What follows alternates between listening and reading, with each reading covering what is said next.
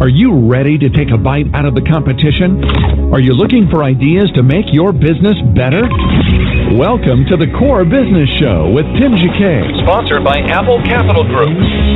At the core of every successful business, you'll find people making a difference. And with each episode of the Core Business Show, we talk with those people, examine those ideas, and explore the strategies that make them special.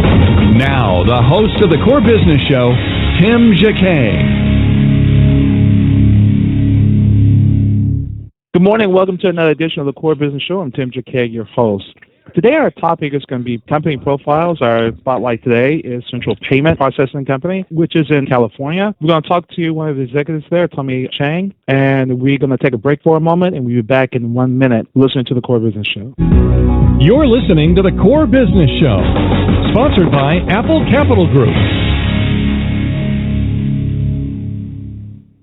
Apple Capital Group in Jacksonville, Florida, is a commercial lender that specializes in asset-based loans, equipment leasing and financing, invoice financing, commercial real estate loans, and asset-based financing in the U.S. and Canada. Apple Capital Group is a direct lender that lends on their private equity investment portfolio. 90% of most loans are decided within 2 hours, and vendor funding within 24 hours after documents are completed, with a one-page application. No slow no's, just a quick decision and a fast yes. To get more information about lending from Apple Capital Group, call 866-611-7457. That's 866-611-7457 to speak with one of our loan specialists. Or visit us right now at applecapitalgroup.com. Welcome back to the Core. Once again, here's Tim Jacquet. Tommy, welcome to the show. Hey, thanks for having me. Hey, kind of tell us, listeners really love to hear personal stories about guests on the program. Can you tell us about yourself and how you got into the payment processing industry, and how you also tell us the history behind Central Payment? Sure, yeah. I've been in the merchant services space for over 10 years. First started off doing sales as far as a part-time level type of situation for myself when I was going to college, and this was probably back in 2001, 2002, when I first started out as a sales representative, just going door to door, feet on the street, just soliciting or marketing merchant services to businesses in my local college town down in Santa Barbara, California. And so, I did that for about a year. Quite honestly, the funniest thing is that I was lousy at it, only because, by nature, I'm not that alpha type of sales guy that you would typically see on movies or whatever it is. And so I found myself with an opportunity to work inside the office in terms of the same company that I was selling for. And so, I got my start there. I started at the bottom doing data entry work, and I, over the years, worked my way up in terms of being able to find out more about the industry. Worked for, at the time, the operating officer, then kind of being the protege and trying to figure out what I can learn as far as much as possible about the industry. And then fast forward to the end of the winter of 2005, I was offered an opportunity to come to the Bay Area in California and to help start Central Payments. And so I was one of the original 5 members of Central Payments. When we first started, it was total startup mode, wearing 20 different hats, doing 50 different things all at the same time. And, long story short, fast forward another 8-9 years, and here we are today. We made it to the Inc. 500, 5,000. I think it's like 5 consecutive years now. Mm-hmm. And we were indicated as far as the Bay Area, top 100 private companies in the Bay Area. I think it was 2 or 3 times now. So we've done very well for ourselves. It's definitely a long 9 years so far, but looking forward for another 9. Wow. Tell us about those very first steps, I guess, when you guys started as a 5-man crew. Tell us about your operations. How did you get account reps? Tell us, some of the struggles that you have to come, and what actually got you to mushroom to where you are today. For us, the biggest growth factor was that we were very diligent and very aggressive when it came to hiring independent contractors to work for us from a sales standpoint. Those are the guys that I was mentioning that were like me, 12 years ago, where these guys maybe to make a career out of it in terms of being independent contractors. Well, what we always pitch is, hey, this isn't one of those infomercial opportunities that just feed you a line of bull just to get you to buy some sort of package. We don't ask you to spend any money. What we ask of you is just a little bit of your time. If you feel like you wanted to have some sort of opportunity to run your own business as an independent contractor in your own local town, essentially we're hiring business owners. These guys are the people that know a lot of different business owners themselves when it comes to their local area. And so maybe they have relatives that are running their own business or whatever it is. It'd be a good opportunity for them to be able to pitch merchant services. And that's one thing I think for a lot of businesses that, when they first start up, they don't necessarily think of as far as how much of an impact being able to accept electronic payments is. But, I mean, in today's world, especially now in 2015, where e-commerce is a huge thing, then you have Apple coming to play with Apple Pay and whatnot. There's a lot of technology being poured into payments today, and it's a very exciting time. So we hired a lot of these independent contractors to work for us, and we just kind of snowballed it from there. We have a dedicated recruiting team internally in the office. These are the guys that are constantly talking to people who are interested in what we had to offer. And these guys will just sign up, listen in on a conference call that we host on a daily basis, multiple times a day. We kind of lay out the opportunity for them to figure out, whether this is something that fits them or not. And we do this thousands and thousands of times over and over through the course of a year. And it's a very small percentage of people who actually sign on, but that's why it's a numbers game. That's why we're so aggressive at it. And we know that it's hard to come by for these types of characters that think this is suitable for them. As an example, we had this guy that we hired, one of our our most successful sales agent. He used to be a junior high school English teacher, no prior experience in selling or as far as being a salesman or anything like that. And today, I mean, he has well over 1,300 merchant accounts under his belt. And he's based in Kentucky. And so he's making a very good income for himself from the commission structures that we have laid out, the residual structure that we have laid out too, as far as any ongoing just money that comes to him on a monthly basis based off of the number of merchants that he has. So he's done very, very well for himself. And so this guy, again, junior high school English teacher, had no prior experience at all. So when you take that person as a teacher, you mentioned about your recruitment center. So you had a recruitment center, you sent out ads in Career Builder or Monster, and that's where you got your people from. And then from there, they go through the process of if it works for them, if they accept it, they go to another stage of with a sales director or something? Yeah, so it's not even a matter of fact of us even filtering or trying to weed anybody out. I mean, it's all about opportunity. Like if somebody really thinks that, hey, they got nothing to lose because there really isn't anything to lose except for maybe a little bit of time. Maybe they know a couple people that already started their own business and they're looking for services to accept payments. And so those are the great opportunities. We want to be able to, see what they're willing to do, have them talk to the sales director. Sales director would then, talk to them, just fill them out as a person and just being able to see, hey, is this something you really want to do? Maybe this is something you want to do part-time. Perhaps like during college, like how I was doing. Or maybe somebody has prior experience, been in the industry for a very long time, know what's going on, thinks that we would be able to create a great opportunity for them as far as starting a new chapter in their life or a new chapter in their career as far as merchant services. And we just talk to them. We cater as much of the conversation towards the amount of experience that someone has. Obviously, we won't have the same conversation really or the same path with somebody that has years and years of experience in the industry versus somebody that has zero experience, is totally green and maybe just wanted to do something different. And so we do a very good job in terms of defining that and be able to nurture and cater that to that skill set as far as, hey, maybe somebody is a great salesman and they don't know it yet. And so we'll try to bring that out of them. Okay. So in that process, how do you actually divide the groups out? Do you divide them by the most experienced person, or is just, hey, I'm going to send this person these many amount of people with various experience levels?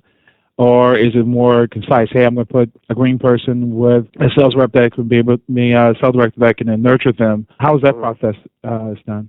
Actually, there isn't a science to it. I mean, I would probably say we have about a dozen sales directors. Okay. And there isn't a science to it. We just, we collect a lot of these individuals and what we like to call them as the train guys, because they still need to be trained in terms of, what they can get. There isn't a science. It isn't regional based or anything like that. It's experience based. We just kind of randomly give it to whichever sales director that, has capacity to be able to take it on. And then we just go from there.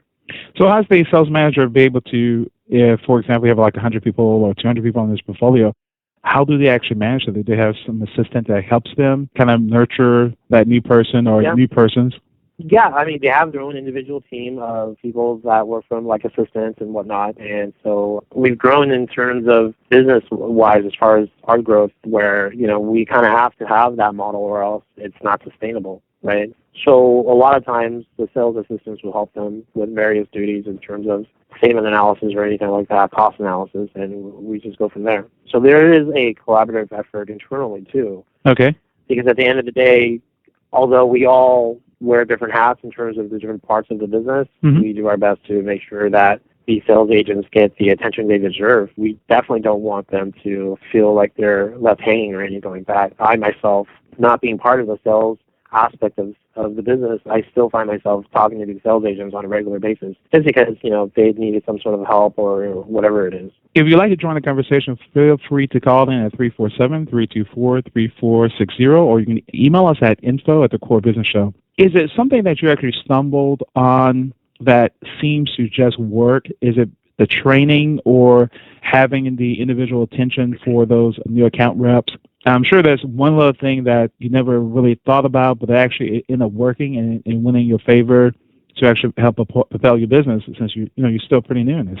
I don't know. I mean, I think for the most part, we got very lucky. We can't necessarily say there is an exact science, but in terms of being able to grow the business the way we have, it's definitely a core strategy that we wanted to follow. But we just, at the end of the day, we just stuck to a formula that we thought worked for a while, and then we just kept working at it. I mean, kept tweaking a little bit here and there, but we just stuck to the nature as far as our company is. We're at the end of the day, even though we provide merchant services and solutions for our merchants or business owners across the country, at the core of it, we're still a sales and marketing company where we market the opportunity of being able to be a sales agent. And so we just stuck to those guns and just kept pushing forward. There really wasn't a science to it, really. We just found something, we just kept going. Wow. So with the payment industry, I'm sure there has been a lot of changes within the last 10 years. What's noticeably the biggest change that has happened within the last 10 years? For me, I would say initially the first thing that comes to mind is the emergence of disruptors within our space as far as different organizations doing something that was very unique. It had to change our strategy a little bit in terms of what we were offering our merchants. One particular disruptor in the space, took the idea of merchant services and kind of gave it the whole new kind of social media spin on it, or the new Silicon Valley spin. The organization I was talking about is Square. And they went ahead and pitched, free everything, and then there was a flat fee and whatnot. And then they attracted thousands upon thousands of merchants to sign up. One thing, though, was that in a sense, was a blessing in disguise, because what ended up happening was Square ended up picking up a lot of businesses that, in all honesty, weren't quite the true full-functioning businesses yet. Maybe they were ideas, and maybe it was a means for somebody to be able to accept payments for, in somebody that's in a startup mode, or maybe people that weren't ready to take on full business responsibility yet. And they picked up a lot of those merchants. And, for a while, everybody was talking about Square, and they were saying, hey, this is crazy. What are we going to do to compete? And then over time, we found that, hey, we were definitely competing. Square was leaving out a lot of money on the table when it came to opportunity, because all of a sudden we had an influx in terms of a growing trend of real businesses that were needing real services that couldn't handle dealing with Square because maybe there were restrictions in terms of funds being held or whatever it is. At the end of the day, we just provided a very simple solution. When it came to the services that we offered to our merchants, it was very black and white, very transparent, and the opportunity just created itself when Square was there. So I would say that would be the biggest change when it came to the last few years as far as the industry. The trend now today would be technology being a very, very big part of it. Merchants' appetites are bigger now when it comes to being able to just leverage more technology, more analytics perhaps when it comes to their business. Now we're talking about, hey, instead of constantly pitching hey, this is how much money I can save you, we're now pitching, hey, this is how much money I can save you, but at the same time, look at the opportunity I could give you in terms of how much money you can make further with these different technologies that are in place. So we're really trying to kind of capture that sort of essence when it comes to this whole boom in technology and social media and e-commerce and whatnot.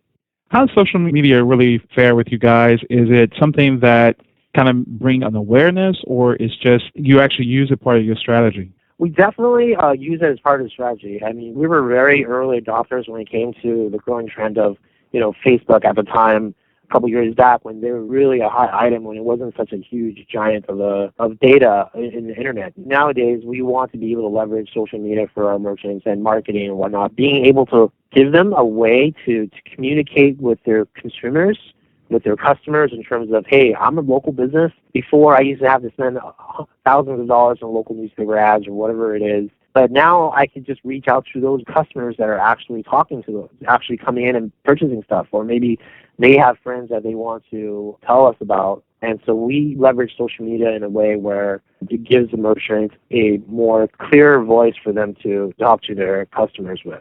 And with that, we use this technology, this solution that we call Spot On, that allows the merchant to be able to market themselves in a way where it's more targeted to the local area. What differs Essential Payments from the big boys, the Chase and the Bank of Americas?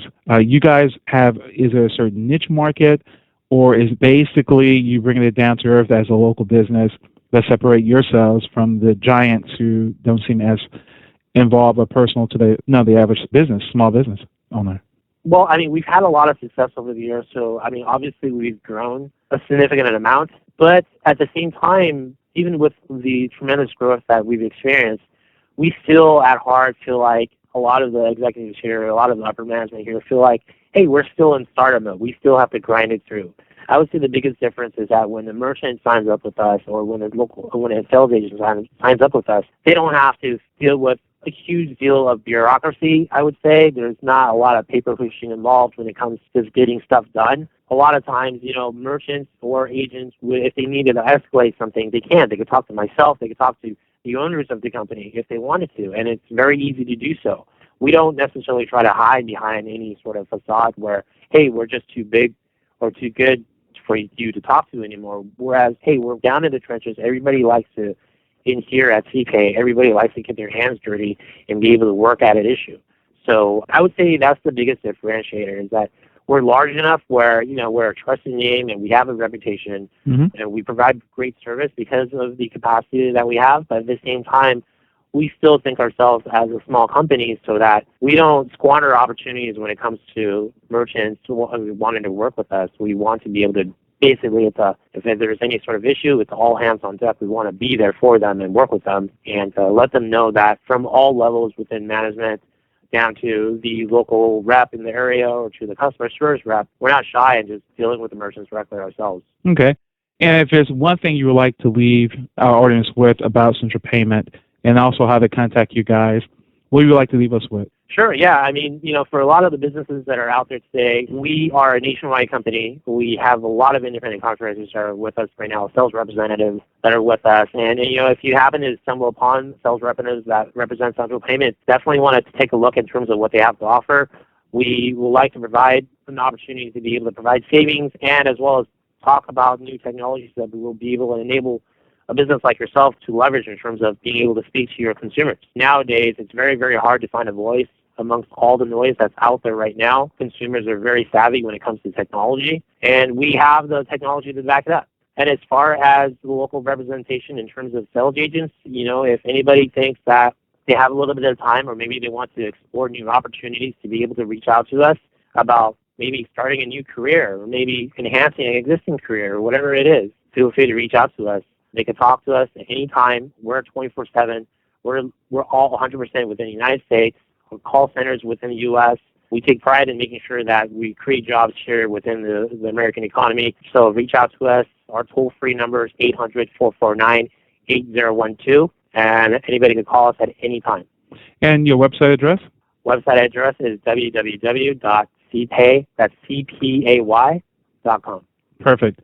Well, Tommy, thank you for coming on the show. I'm going to play your recruitment video to close out, and we will talk about Spot On in a few seconds. Sure. Okay, well, hold on. And you're listening to Tim Jacquet, the Core Business Show. We'll be back in one moment.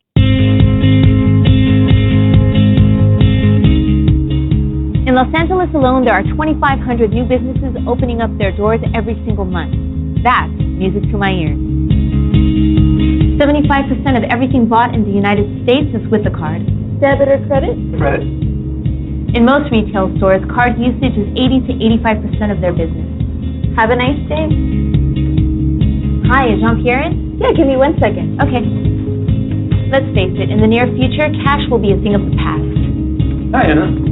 What do you got here? I have your additional terminal. You ready to get switched over? I'm excited. All right. Let's do the switch.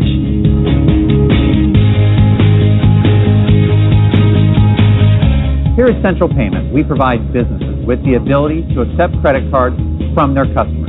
Any business, retail, professional services, marketing companies, online. The list goes on and on. There are literally millions of businesses out there, and all of them are either currently accepting credit cards or should be. The market is wide open and endless. Thanks, Scott. Before I started with Central Payment, I was teaching 8th grade social studies, and I realized there wasn't much room for growth in that job. I wanted something more, something with more pay that would be more challenging. I'd never done outside sales before in my career, so I was concerned about the position and income potential of a performance-based job. When I learned about Central Payment, I was instantly impressed with their track record. Central Payment has been on the Inc. 500 and 5,000 list for the past 4 consecutive years and is a joint venture with industry icon TSYS. I'm making awesome upfront bonuses and residual income. Most people earn $30,000 to $60,000 per year, but with the help of my sales director, I've built a book of business that far surpasses those numbers. Great work. We'll talk soon. As a sales director, it's my job to work with you on a daily basis to help you to grow your business. I'll be doing a cost analysis for you, showing you exactly how much money we can save a merchant. I'll educate and support you through the entire sales cycle. If you need me to help close a deal, I can even do that. Working one-on-one with my sales director at Central Payment guarantees that I'm not just another number with these guys, I'm part of the family. While we offer credit card processing services, we have a range of other unique and powerful products that make it easy for a merchant to move forward with Central Payment. Products such as Spot On, mobile payments, tablet POS solutions, and others are game changers in the industry. All of this makes Central Payment the right partner. If you're looking to have your own business, you can become an account executive here with Central Payment. And together, we'll make you successful.